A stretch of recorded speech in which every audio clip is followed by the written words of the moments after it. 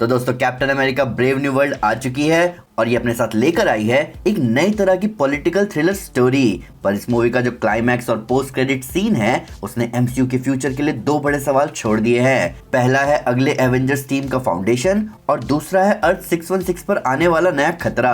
ये सिर्फ एक स्टैंड अलोन कहानी नहीं है बल्कि एक बड़े एमसीयू सेटअप का एक इम्पोर्टेंट पीस है। मूवी के एंडिंग ने पुराने पंगे तो रिजॉल्व कर दिए पर उसके साथ साथ अगले प्रोजेक्ट्स जैसे थंडरबोल्ट्स और एवेंजर्स सीक्रेट वॉर्स के लिए फाउंडेशन भी रखी है। और जो पोस्ट क्रेडिट सीन था उसने तो डायरेक्ट कॉस्मिक फ्यूचर की तरफ हिंट दे दिया है। तो क्या है ये सारा मामला, कैसे captain America Brave New world की एंडिंग पूरे मार्वल को रीशेप करेगी, आज हम इसे ही डीपली एनालाइज करेंगे। तो अगर आपने ये मूवी अभी तक नहीं देखी तो स्पॉइलर अलर्ट, पर अगर देख ली है तो चलिए शुरू करते हैं। सबसे पहले बात करते हैं कि मूवी के एंड में हुआ क्या। तो काफी सारे एक्शन सीक्वेंस और लीडर के सब प्लॉट के बाद बारी आई ब्रेव न्यू वर्ल्ड के क्लाइमैक्स की, जहां पर हम देखते हैं कि सैम डॉक्टर सैमुअल स्टर्न्स से मिलने जाता है और दूसरी तरफ इंडियन ओशियन रीजन में बड़े टेंशन को एक्सप्लेन करने के लिए प्रेसिडेंट रॉस व्हाइट हाउस में एक प्रेस कॉन्फ्रेंस रखवाते हैं। सैम और स्टर्न्स के आमने सामने आने में स्टर्न्स इस बात से नाराज रहता है कि उसके इंडियन ओशन में होने वाले वॉर के प्लान को सैम ने फेल कर दिया और सैम उसे बताता है कि वो अब किसी भी वक्त अरेस्ट होने वाला है। इधर व्हाइट हाउस में प्रेस कॉन्फ्रेंस का माहौल गरमाने लग जाता है, पर स्टर्न्स और सैम के आगे की कन्वर्सेशन से सैम समझ जाता है कि स्टर्न्स कभी वॉर करवाना ही नहीं चाहता था, वो बस चाहता था कि प्रेसिडेंट रॉस की इमेज दुनिया के सामने बर्बाद हो जाए और इसीलिए उसने सारी प्लानिंग करी। और इधर हम देखते हैं कि मीडिया ऐसे ऐसे सवाल रॉस से पूछने लगती है जिनके बारे में उन्हें नहीं पता होना चाहिए था। यानी कि स्टर्न्स ने पहले ही सारे मीडिया चैनल्स को सारी क्लासिफाइड इंफॉर्मेशन भेज दी थी रॉस के अगेंस्ट। अब स्टर्न्स की बातें सुनते ही सैम को अंदाजा लग जाता है कि उसे जल्द से जल्द व्हाइट हाउस पहुंचना चाहिए। पर इधर व्हाइट हाउस में मीडिया के सवालों से रॉस का गुस्सा कंट्रोल नहीं होता और वो ट्रांसफॉर्म हो जाता है रेड हल्क में और तभी वहां सैम भी पहुंच जाता है और अब एक ब्रीफ कन्फ्रंटेशन शुरू होती है हमारे नए कैप्टन अमेरिका और रेड हल्क के बीच। उनकी लड़ाई में व्हाइट हाउस तबाह हो जाता है और वॉशिंगटन मॉन्यूमेंट भी डैमेज हो जाता है। तब सैम डिसाइड करता है कि वो रॉस को एक शांत जगह लेकर जाएगा और वो आ जाते हैं चेरी ब्लॉसम वाले गार्डन में जहां रॉस सैम को ऑलमोस्ट हरा चुका था।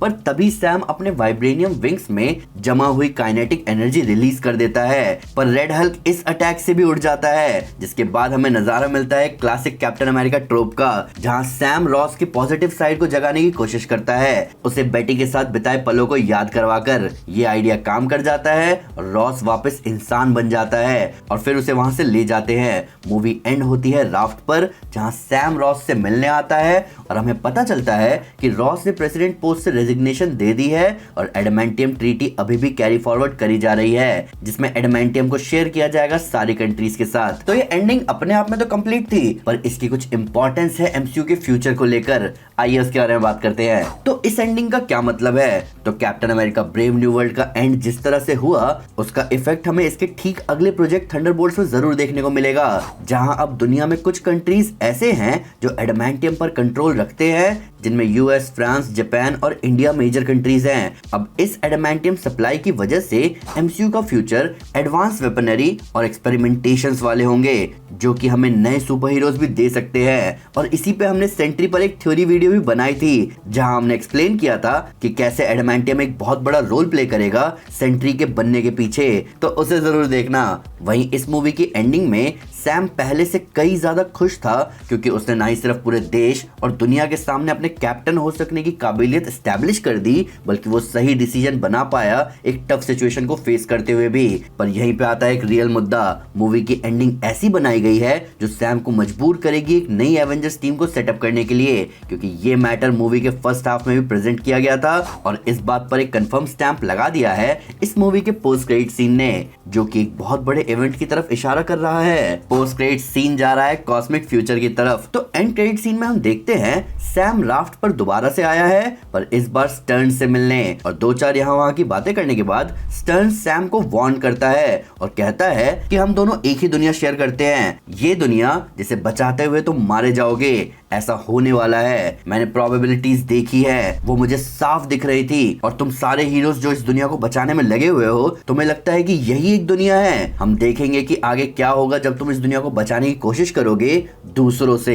अब स्टर्न्स की ये बातें हमें थंडरबोल्ट्स मूवी के बाद के इवेंट्स के बारे में बता रही है, और ये काफी दिलचस्प बात है क्योंकि captain America Brave New world जैसी ग्राउंडेड मूवी कॉस्मिक इवेंट्स के हिंट देने के लिए यूज करी गई है। पर क्या है ये इवेंट्स, आओ देखते हैं। तो हम देख सकते हैं कि स्टर्न्स ने कहा कि तुम्हें क्या लगता है कि यही सिर्फ एक दुनिया है, तो इसका साफ मतलब है कि यहाँ अल्टरनेट यूनिवर्सेस की बात हो रही है जो कि अब इनकर्जन की वजह से अर्थ से टकराने वाले हैं। यानी कि स्टर्न्स सीधे एवेंजर्स डूम्सडे या फिर सीक्रेट वॉर्स की बात कर रहा है। पर मामला इतना आसान भी नहीं है क्योंकि हम जानते हैं कि इनकर्जन जब शुरू होता है तो एक के बाद एक यूनिवर्स आपस में टकराने शुरू होते हैं। तो बहुत बार ये पॉसिबल होता है कि एक यूनिवर्स एक से ज्यादा बार दूसरे यूनिवर्स से टकराने वाले हो, पर इनकर्जन को उस डेप्थ में अभी तक एमसीयू में नहीं दिखाया गया है। तो फिर यहाँ ये दूसरे कौन हो सकते हैं? क्या वो दूसरे यूनिवर्स के हीरोज हैं या फिर उन यूनिवर्स के विलन्स, या फिर कहीं कैंग का पार्टिसिपेशन अभी भी बाकी है? अब हम सब ये इसलिए सोच रहे हैं क्योंकि स्टर्न्स की बात को प्लूरल में कहा गया है, यानी कि स्टर्न्स जिस भी खतरे की बात कर रहा है वो एक से ज्यादा है। तो ये इनकर्जन के साथ साथ किसी और थ्रेट के बारे में भी हो सकता है,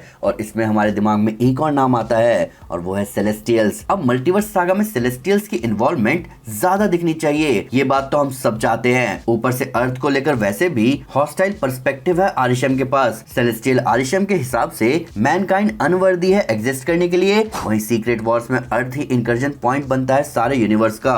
तो ऐसा बिल्कुल पॉसिबल है कि इनकर्जन को रोकने के लिए या टालने के लिए सबसे पहले सेलेस्टियल्स इंटरफेयर करें, क्योंकि वो है भी संतुलन बनाए रखने के लिए। और हमने इस थ्योरी की बात हमारे थॉर 5 वाली वीडियो में भी करी थी, तो उसे भी चेक करना। तो बस एटर्नल्स मूवी में दिखाकर आरिशम को अब कभी ना दिखाना अच्छी बात नहीं होगी। वहीं सेलेस्टियल्स के आने के बहुत लॉजिकल ग्राउंड्स होंगे। सेलेस्टियल इन्वेजन से ही सीक्रेट वॉर्स को स्टैब्लिश किया जा सकता है, ये बताते हुए कि सीक्रेट वॉर्स ऑफिशियली शुरू हो चुका है और एवेंजर्स सीक्रेट वॉर्स शुरू ही होगा एक मैसिव सेटअप के साथ। पर ये थ्रेड जो भी होने वाला है उसे लेकर इतना तो साफ है कि सैम को अब नए हीरोज की टीम बनाने की जरूरत पड़ेगी और यही बनेंगे न्यू एवेंजर्स। अब इसमें बहुत हद तक पॉसिबल है कि हमें कुछ पुराने फेमिलियर फेस दिख जाएं, जैसे कि Wong, Spiderman, Daredevil, black panther और फैल्कन। तो एक अर्थ बाउंड टीम तो तैयार होगी ही फ्यूचर में। पर देखने वाली बात ये होगी कि एमसीयू अपने अगले 2 सालों में स्टोरीज को कितना कनेक्टेड बना पाती है, ताकि एक मेजर असेंबल पॉसिबल हो सके सुपर हीरोज का।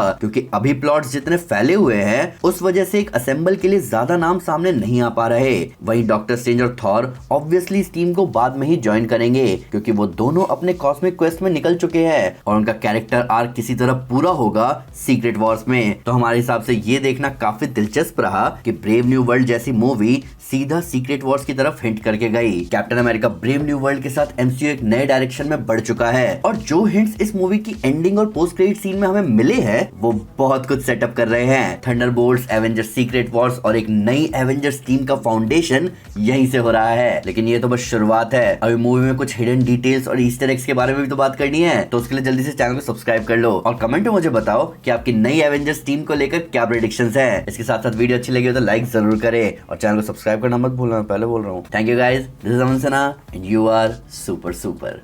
पीस।